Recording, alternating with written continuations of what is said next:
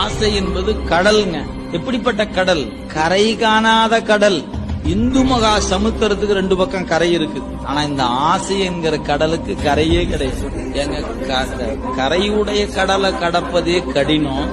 இது கரையே இல்லாத கடல்லாம் எப்படிங்க கடக்குதுன்னா கடக்கலாமையா? எப்ப?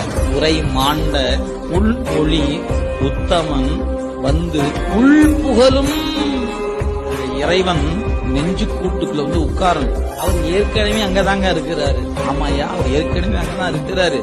ஆனா இருக்கிற இருப்பை காட்டியா நிக்கிறாரு? காட்டாமல நிக்கிறாரு.